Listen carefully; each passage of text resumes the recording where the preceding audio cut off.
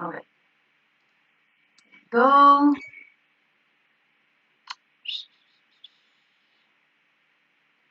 We are live. All right. Okay.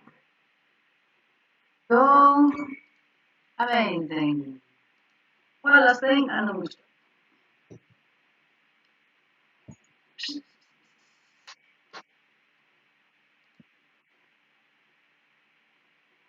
Uh,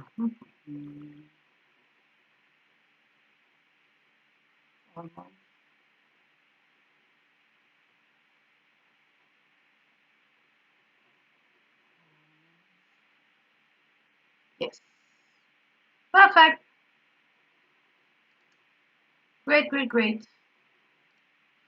Okay, welcome to another harmony lesson. Today we're going to see the 6/4 chord. Now, after this lesson, you can use it. That's like great news. Okay, let me share this. Fantastic.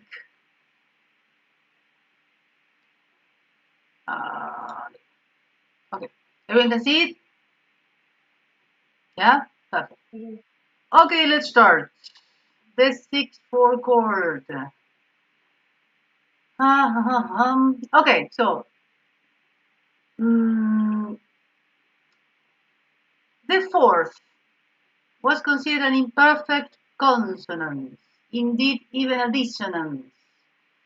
This is in we call traditional harmony, when the rules of harmony started to crystallize, not always as we saw in counterpoint. Yeah. But from Philippe de Vitry, more or less, yes, a long time ago, yes, even in the Baroque period already the fourth was considered to be a dissonance, yeah, as such. So that's why he says the fourth was considered, yeah, in the past, but I'm clarifying when exactly in the past. This view reflects a correct intuition, for the fourth does actually appear among the first overtones, but in the opposite direction. For example, if this is C is the fundamental note, the first overtone. Second overtone, the octave. Third overtone, the third. Yes, the ratio 3, 2. And then the fourth, sorry, Gary? The fifth. What did you say? Third. Oh, sorry. I must look to it. Thank you, Gary. The third overtone is the fifth. I maybe that's when the wires started to mix up. The third overtone, the relation 3-2 against the first overtone or the fundamental note is the fifth, the interval of a fifth. Actually, a compound fifth, to be more precise. And the fourth overtone is the octave again.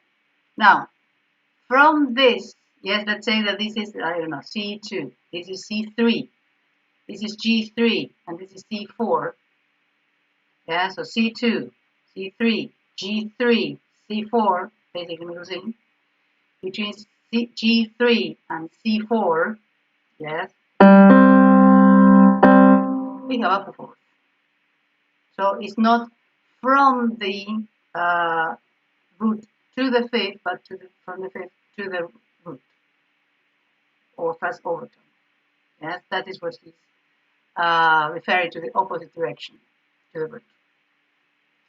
And is therefore a less simple consonant than those intervals produced by the ascending order of the overtones. In almost every consonant chord, however, yes. Sorry, Laura, do you know the numbers of the, when I'm saying 3, 4, C4? Do you have any idea what I'm saying? Yeah. No, but I can look it up. It'll be fine. Okay, basically you have to know that middle C is 4. Okay. Yes, every note has a number. So C4 Yeah, it's the same as the middle C. So consequently, the following 7 notes above that middle C, yeah, they will have a number, yeah, that matches that 4. So D4, E4, yeah, so you have C, middle C, 4, D4, E4, F4, G4, A4, B4. Now, of course, the next octave will be C5. Okay. And so on and so forth.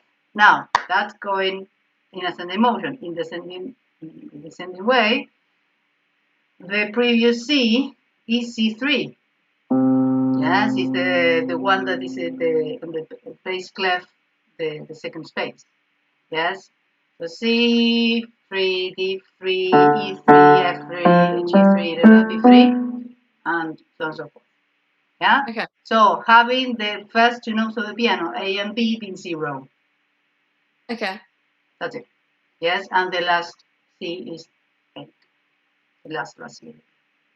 Okay, that's what I'm saying. When we are referring to numbers, we're referring to a very specific pitch, frequency. Say, yeah. Okay. Okay, moving on. In almost every consonant chord, however, we find the fourth between 2 of the voices and regard it as a dissonance only whenever its lower tone is in the bass. The older theory says it is permitted if a lower fifth or third covers it. In all other cases, it is to be prepared and resolved as a dissonance. A unique claim is thus made for the fourth, that is, 2 tones form now a dissonance when the lower tone is in the bass. Now, a consonance, when it is covered, furthermore, in another position, in the inversion, the same 2 tones produce a perfect consonance. The fifth, concerning inversion of intervals, the following rule holds. Inversion of every perfect consonant yields a perfect consonance. Inversion of every dissonance yields a dissonance. That is too contradictory, not simple enough to be natural. And we start. This is a rule that, these are the treatises of harmony. Now he's going to enlighten us with some explanation about why he considers this the nature, let's say, yes, the acoustic nature of the second inversion or the chord of the 6/4, yes, which, by the way, I don't know if I put it somewhere, but the figure bass is 6/4 because of the nature of the intervals, yes, a 6 from the bass, a 4 from the bass note. Yeah? Okay, so to me the following explanation seems simpler.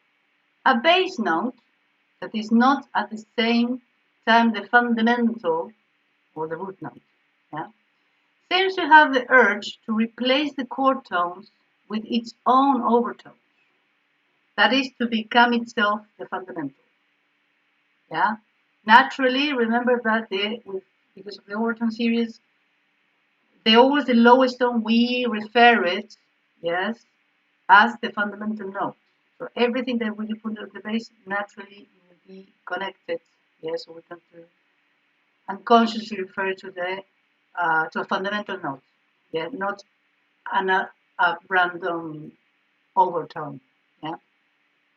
Now, as has already been shown in page 58, the bass tone of the 6/4 chord finds plentiful support for its urge in the overtones of the other chord components.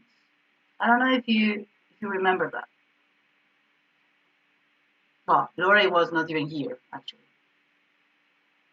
Let's go very, very briefly. 58. Let me find it first. Yeah. 59.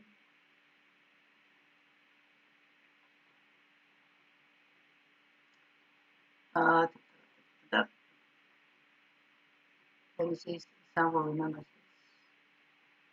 Very important topic. This. Yeah, the difference between the 6th chord and the 6/4 chord, because in this chapter he explains the difference, but he doesn't actually elaborate on the 6/4 chord. He just says that. I will explain this to Laura a little bit because if not, she will faint. Because you didn't see it. That's why I'm saying. Yeah. So every note, yeah. Sure. Every note of the chord, yeah, E, G, or C, or G, C, or E. These three notes. Let me see if I can. There you go. And there you go. Yeah. Are the notes of the chord of the 6/4 chord, the 6th chord, sorry, the first inversion of C major, being E the lowest, and 6/4 chord being G the lowest. Yeah, you have to see that if you were playing this, yes, E will be on the bass, G, C, yeah, and then the 6/4 chord, so the second inversion will be G, C, and E. Yeah. Is 6/4 chord, is it just another name for a second inversion chord? Absolutely. Okay. He follows the more traditional way of naming it, which is following the figure bass mode. Yes, the figure bass is a system that started in the Baroque period. Yeah, mostly for performers. Yes, they were. It had to very quickly to not see the chord, but it was like numerical. Yes, numerical code. Yes, to the note intervals, and those intervals actually make a chord. Yeah, for example, a root position chord started to be 5/3. Why? Because it's just all about, it was all about the relation between the root and the rest of the intervals. Then with the use, yeah, root position, we don't even put anything. We know, yeah, it's known that we don't have to put 5/3. Yeah, if you don't have anything, it's a root position. If you have, for example, the first inversion was 6/3. Yeah. Okay. Why 6/3? Because between the E and G you have a 3, third, and then E and C you have 4th. Yeah. Now then you start the 3, it stopped. Yes. What happened here? You said E and C is 4. You were explaining 6/3, no? E and G. What did I say? E and C. Ah, E and, yes. E and Thank C you. is Yes. My mind is not. It's not. E and G. Yes. E and G is a third. E and C is a 6. Sorry. Okay. Thank you. Yes. Yeah. If I say stupid things like this today, yeah, I know you're following me. So that's the relation between E and C is the 6. Yes, that is the 6th chord. Yes, and the 6/4 chord, because between G and C, yes, let me see Georgios. You have a, yes, a 4. And then between G and E you have a 6. Okay. Yes. Yeah. And you would actually write that 6/4, 6/3, yes. Today we don't have anything. I mean, when root position, we don't write anything. 6/4, a 6 chord, we just have the 6, yes. Old times, 6/3, not anymore. And then the only one that actually remained the same was the second inversion, which is the 6/4 chord, which is 6 first, the upper number, lower number is a 4. Okay. That's how we write it, yeah. Okay, so each one of these notes have its own overtones, because when you play a note, what he says, what he states, yes, and everything in this treatise is going to be related to acoustics, yes. Now, especially to Laura, the lesson that I talk about the overtones, memorize it. It's the most important lesson in the book. Why? Because that's why I stayed, I think, 1 or 2 lessons there. Yes, so as you watch it and look at the book and study by heart. Yes, literally by heart. Yeah, because everything is related to that. Every single little thing that is in this book is related to the overtones. Yes, to the acoustics. Not because what he states is that we cannot put morality in music. We cannot say this sounds bad, this sounds good. Yes, but he based himself in the acoustics. Yes, it's an acoustic reason. And this is the reason between the difference between the 6/4 and 6/4 chord.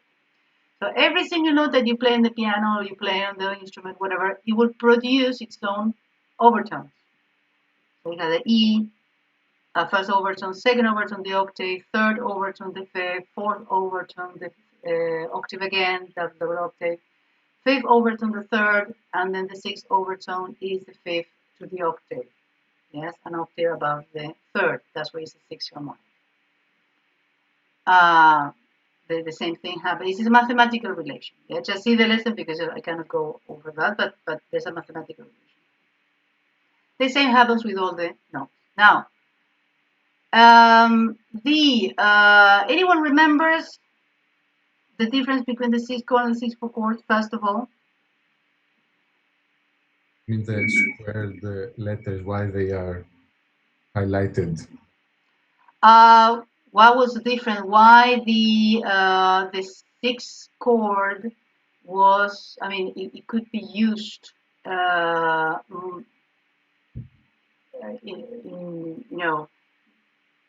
being safe, let's say, yes, in a safe mode. And the 6/4 chord in this page 58, he said, "Wow, better not use it now because, as he says, It needs to be resolved. yes, exactly, because there was a reason why." The squared letters, the squared notes, no, because the chord is closer. The chord of Yeah, the root, the G major, let's say, is closer.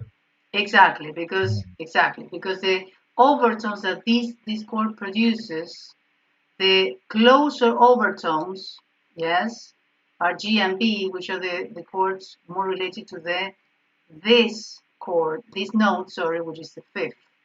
Yes, this, the B, yeah, and they, actually the B, yes, or the G, they're a little bit further away, let's say, yes, from these overtones. That's why, yeah.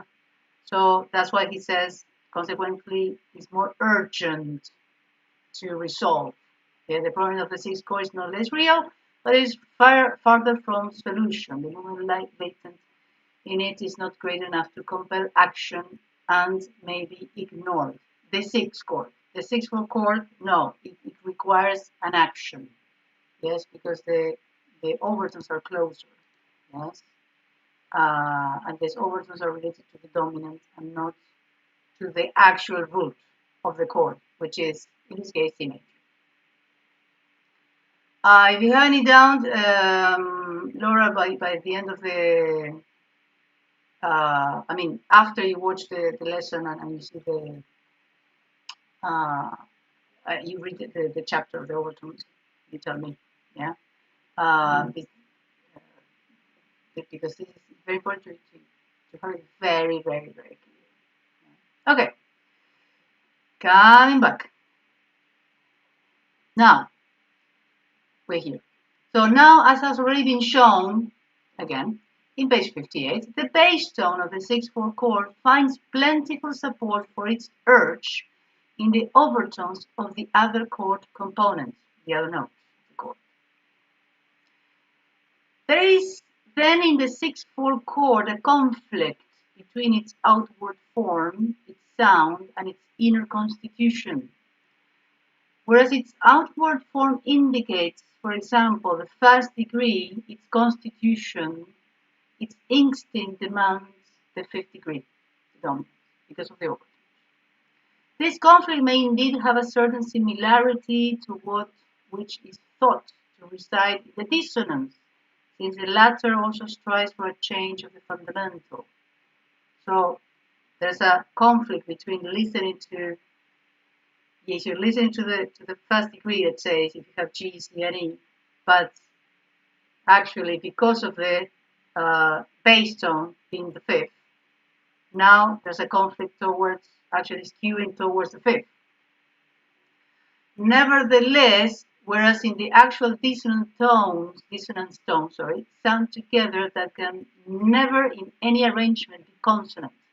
The tones of the sixth-fourth chord are in the other arrangement absolutely consonant. Triad, sixth chord. The demand of the sixth chord for resolution to be treated as a dissonance is thus by no means as stormy as that of a real consonance. The sixth-fourth chord and the actual dissonance have only this in common, that in both lies a conflict that attracts attention, that seems to have a right to special consideration, to special treatment. This special treatment of the sixth-fourth chord will not have to consist just in preparation or resolution, as with the dissonance. And what is called preparation resolution of the sixth-fourth chord has little similarity to the preparation resolution of the seventh chord. It's not the same. Because actually it's not the dissonant chord by itself. Yeah, the seventh chord is dissonant. It has a diminished fifth. Yeah. Or at least it's a restless, not dissonant, but at least restless interval, diminished fifth. But this much is certain anyway, that the sixth-fourth chord whose problem could be left but not understood was always treated in a special way. This fact alone would have been enough to give it a unique position. The problems inherent in the sixth-fourth chord may be less significant or different. The method by which it was treated perhaps exaggerates these problems, perhaps without even dealing adequately with them. But where its unique position has its origin in convention or in nature, that position is nevertheless quite definite. So, the preparation, yes, I will not quote this because it's a quote that he doesn't. By the way, this is the way that we write it, Laura. 164. Yeah. I must recapitulate. The urge, this is the most important thing of the chapter, by the way. The urge of the bass tone to become the root is supported by the overtones. The sixth-fourth chord should thus be resolved by actually letting its bass tone become the root. For example, the sixth-fourth chord of the first degree moves to the fifth over a sustained G. Now, who can tell me, show hands, where do you see that example? Yes, Georgios. Latency. Yes. Exactly. Yes. In final cadence, yes, authentic cadence, yes. And one of the most common names is the cadential 6/4. Yes, that's the common name. That is precisely the one way it was handled. Maybe more. Yet the conflict in the 6/4 chord and its tendency towards resolution are not absolutely compulsory. One does not have to give in, for nothing more than overtones supports this tendency. It is perhaps possible to bypass its tendency carefully by drawing attention away from the conflict, and the plot thickens. That can happen if one of the two prominent voices shifts the responsibility for the harmonic proceedings to a melodic line. This voice draws the attention away from the vertical and towards the horizontal, away from harmony and towards melody. A good way to do that is to use a section of the scale in the bass, 3 or 4 adjoining tones, of which one, wherever possible a middle one, carries a 6/4 chord. That maybe, now if someone is maybe, I don't know, is figuring out that in the Kepler book there's an example of that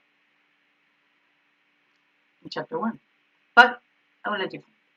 If the ear catches a melodic progression of that sort, it then hears this progression as the principal concern of the moment, decides that the fleeting 6/4 chord is only incidental and feels satisfied.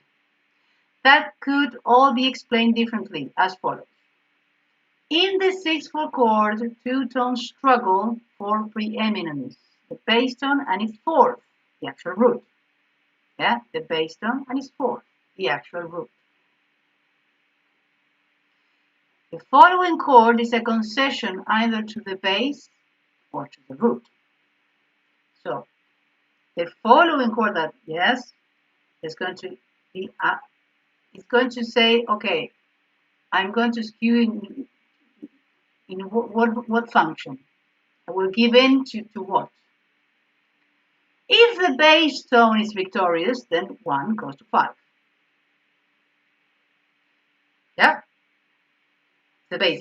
Always, all the examples are in C major, okay? So G, C, and E, chord goes to G, B, and D. So first in 6/4, yes, the bass says, yes, I'm going to give in, yes, and it goes to the 50.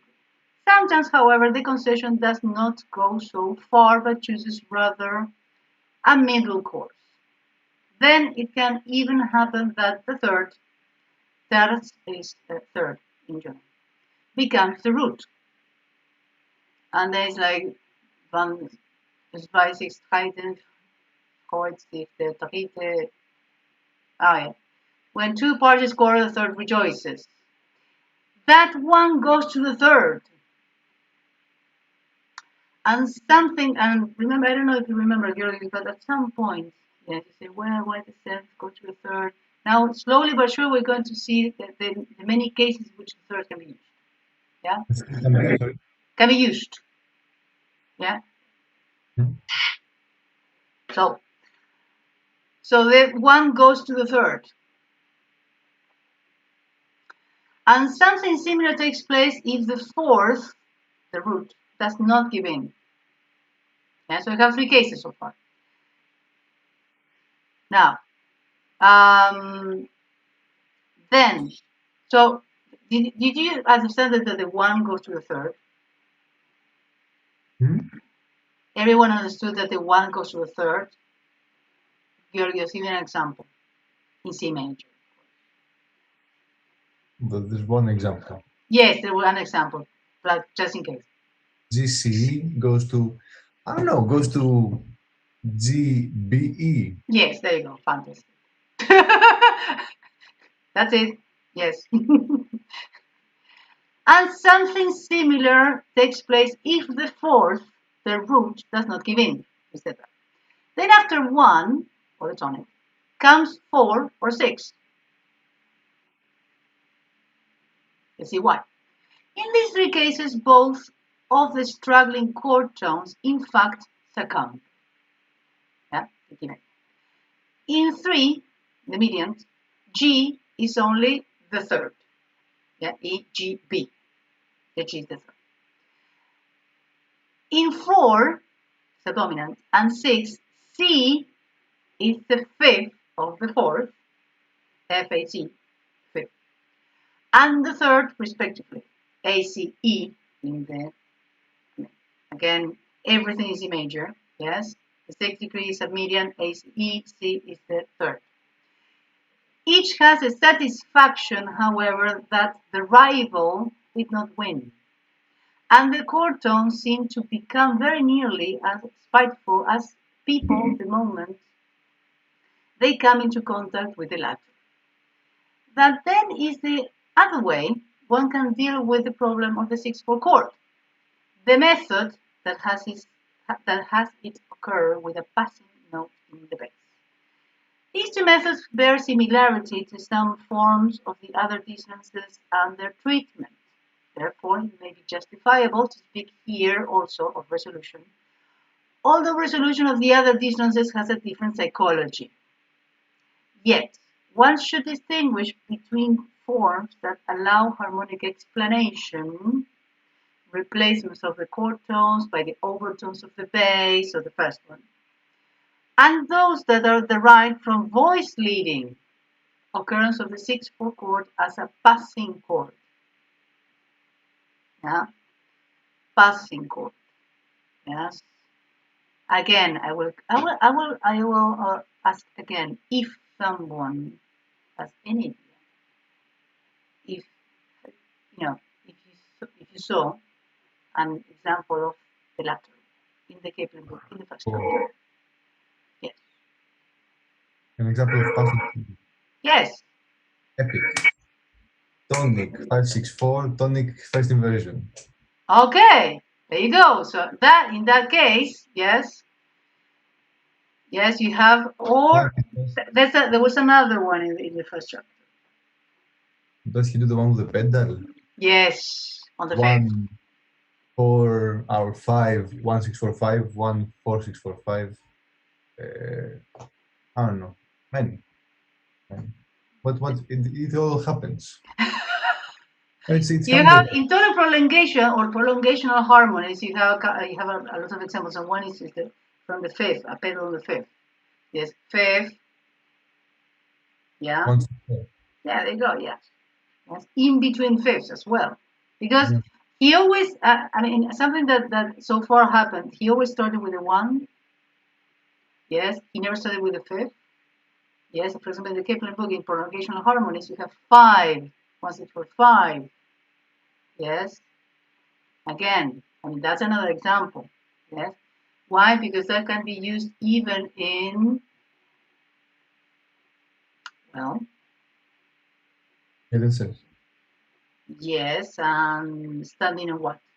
Son of the dominant. Standing on the dominant. But the tonic is also often happening. The same, but Yes. the fourth. In tonic Yes. prolongation. Yeah, but that's why, I mean, yes, it's true. But he never, I mean, so far, he will, but so far he never started with a fifth. He always started with a one. Hmm. Yes. Yeah, but it can be. Yeah, 5, 1 6 4 5. Yes, as the case of the standing dominant. Just to connect, yes, the two. Yeah. So,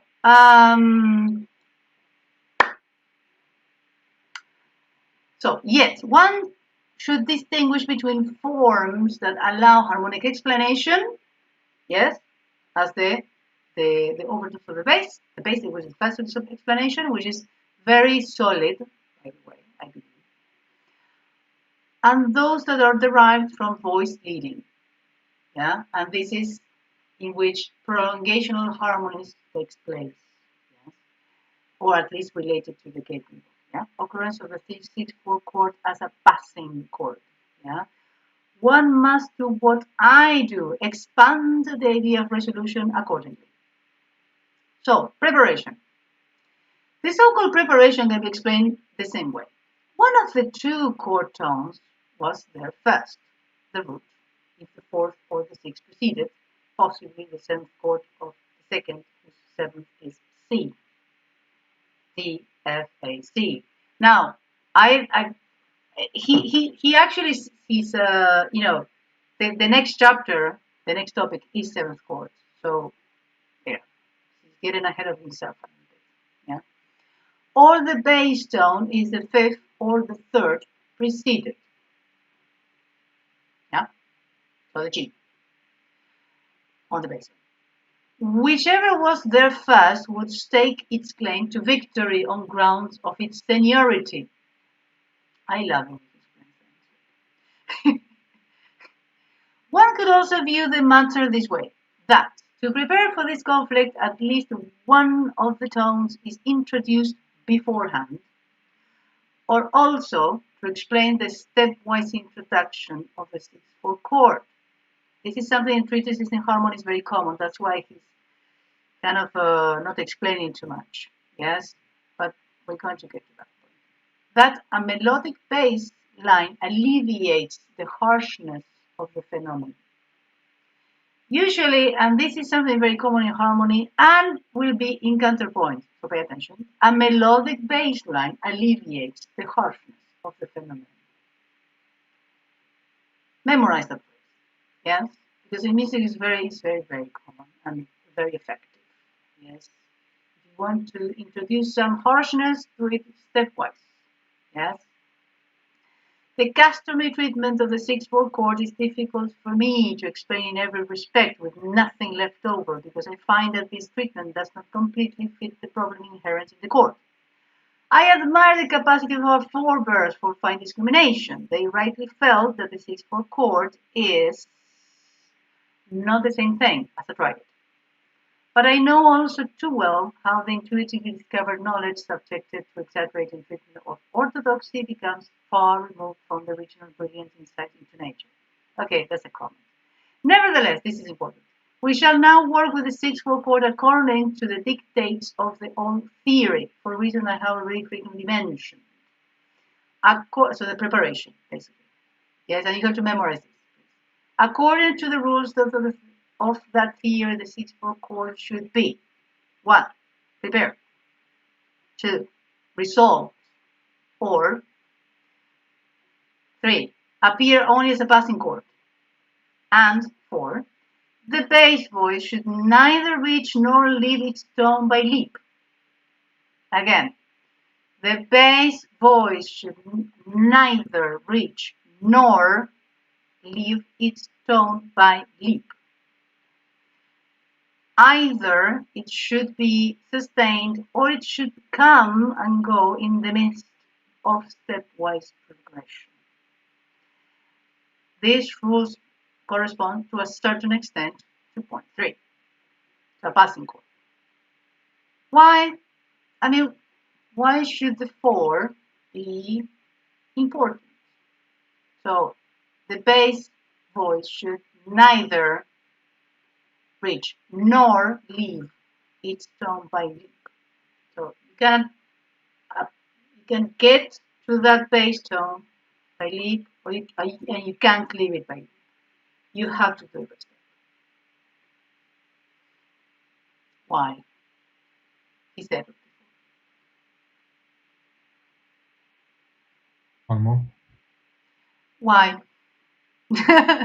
This.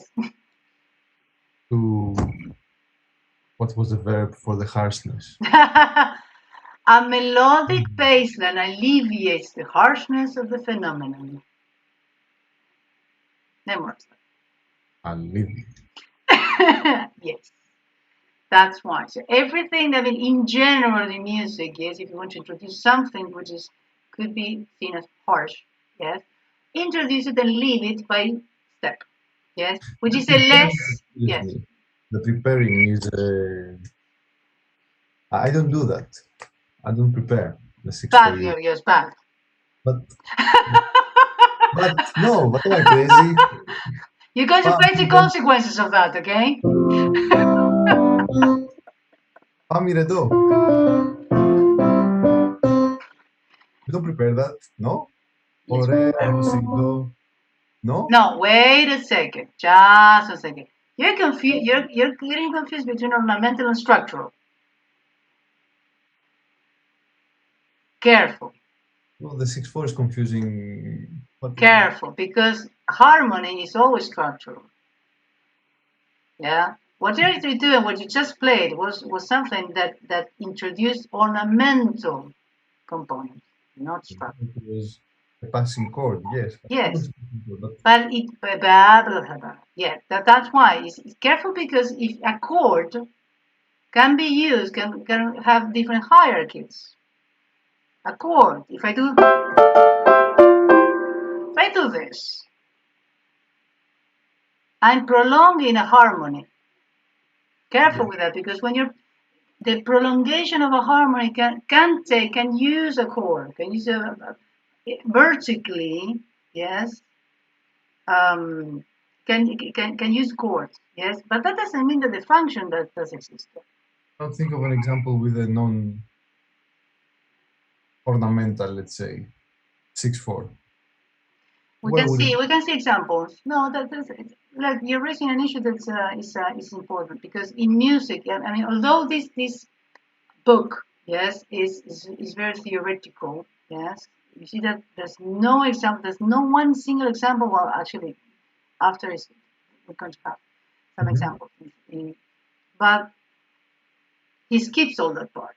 If not, I believe that he chose for this book he focused in giving us the reasons, yes, and go to the core, yes, and not get kind of distracted. Or I believe that he leaves to you, yes, the going through the pieces as he did, as he says that he did, yes, and I'm sure he did, yeah, saying, okay, now if you want to double check, well, go and do my work, what I did, yes, we can do that, yeah, we can have before the seventh diatonic seventh, yeah, which is the next topic.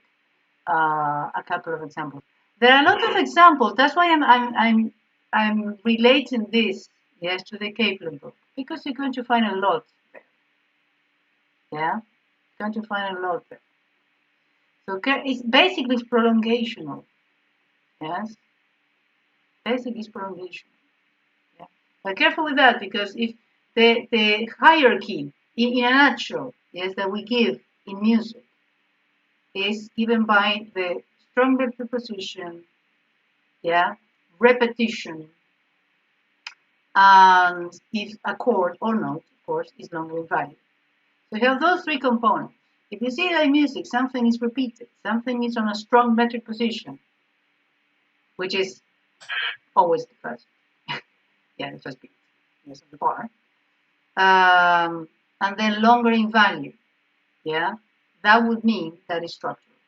Yes, that is something. That I mean, it gives you kind of a hint that it's going to be structural. If in the middle you put several chords, yeah. Has all those elements. Sorry. But 164 before a cadence has all these elements, no? Yes, and that's why it should be prepared. It should, but that? It should be prepared. No. Well, we'll have to see the examples. That's why. Second chord in first inversion before 164 all the time, all the time. But that's why we I mean, it's an interesting idea to see examples. Yes, and to do it. Yeah, I mean to comply with this, but then to not to just obey. I mean, if we just obey blindly, right, we wouldn't be in line with the thinking of Schonberg, right? Because he says, look, just don't follow me. This is my view. Yes, these are my reasons. Yes, I study the piece as well. That is a job. So yeah, we can do that. Yeah, we can do that. Yeah, absolutely. I do it. Yes.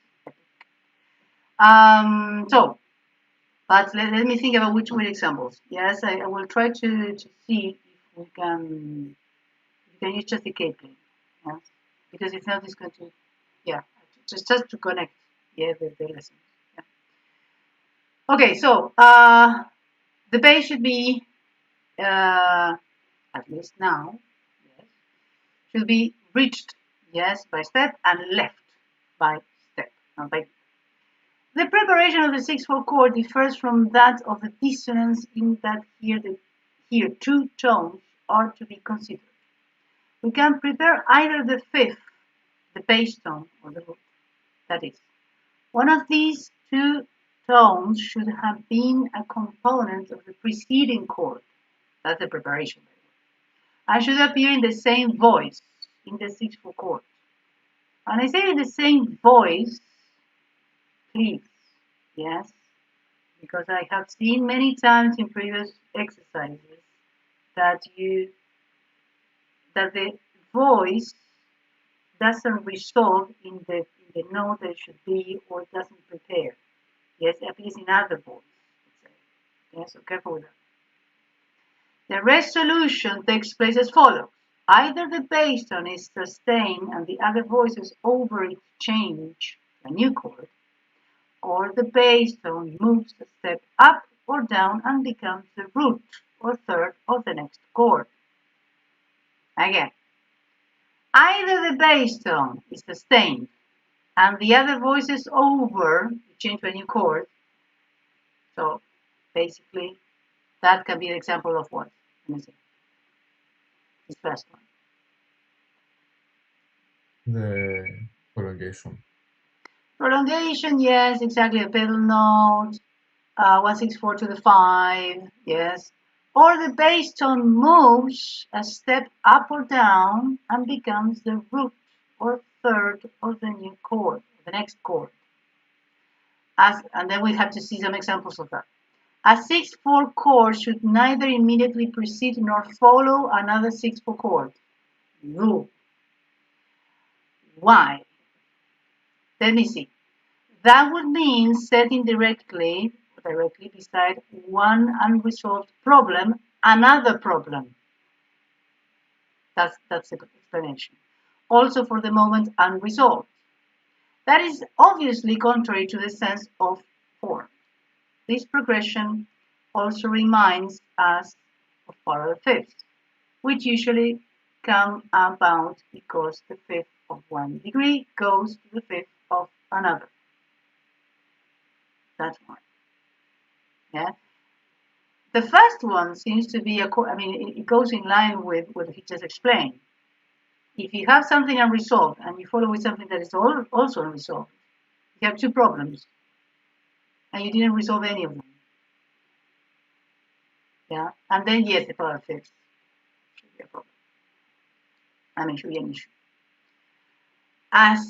But I would say, remember that a 6/4 chord, yes, and if you want, yes, also as a composer, or you see that a composer is an analyst, thus, yes, writes 6/4 chords in line. Well, either if your analyst starts to wonder why, yes, he or she goes against, yes, this, or as a composer will say, well, I want something to be unresolved in time. I believe also that is what we should, ask ourselves. If at some point, yes, as composers, we want that, this will be a handy tool. So that's why this is not something there's no morals here. I'm not saying don't use it. I'm saying if it's something that looks unresolved, you follow something that is also unresolved, and you don't resolve, you have a problem. But if you want to sustain that situation for X, Y, Z reasons, go ahead and do it. Yeah, it's not a bad thing. It's just the nature. We try to see things as they are. Yeah, without morality. Passing chord, 164. The treatment of the 6/4 chord as a passing chord is concerned only with the bass voice. I have already mentioned that we are not then dealing with a harmonic means, but rather with a melodic. So now voice leading should be the most important thing. For the effect of this form depends upon drawing the attention to a melodic progression.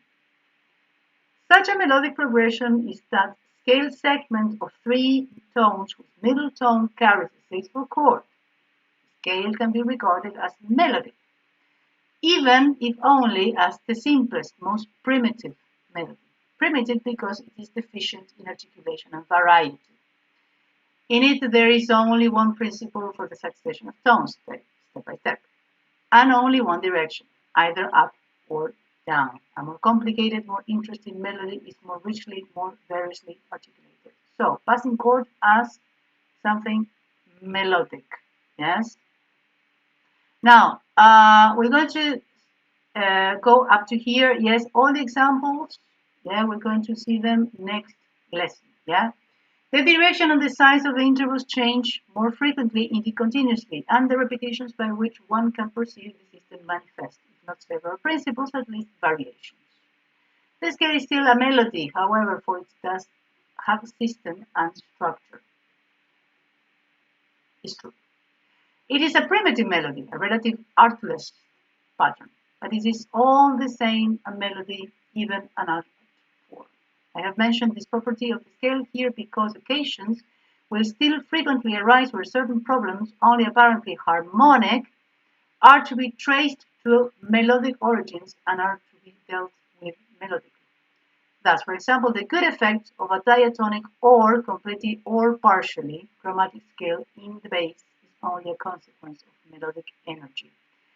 Hence, is almost more the effect of a kind of polyphony than of harmony. When you're more interested in melody horizontal than vertical, you have that effect of polyphony and a harmony. Yeah? It's the effect of a melodic line in writing devoted primarily to harmonic ends, although not thereby necessarily superior, is yet so striking that it yields a formal satisfaction equaling the satisfaction evoked by harmonic means. It is not necessary that a complete scale always be used for this purpose. A scale section, 3 or 4 adjoining tones, will also be heard as progression, as melody. So the chords are not used, yes, are used now, yes, not as in talking about something that we Georgios, yes.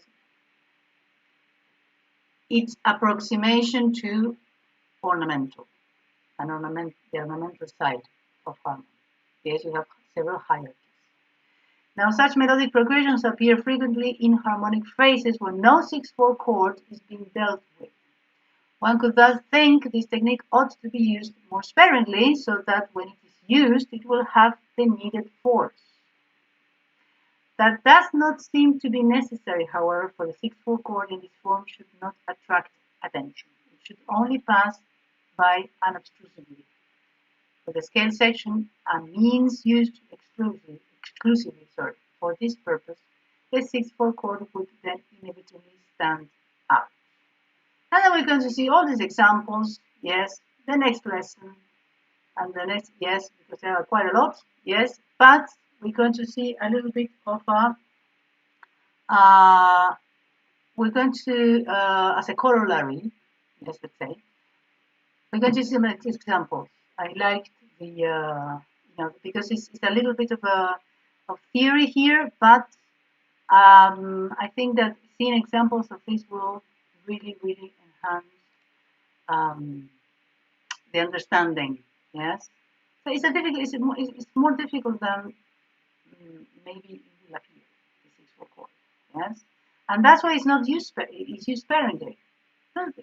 If you see in musical literature, yeah, it's used.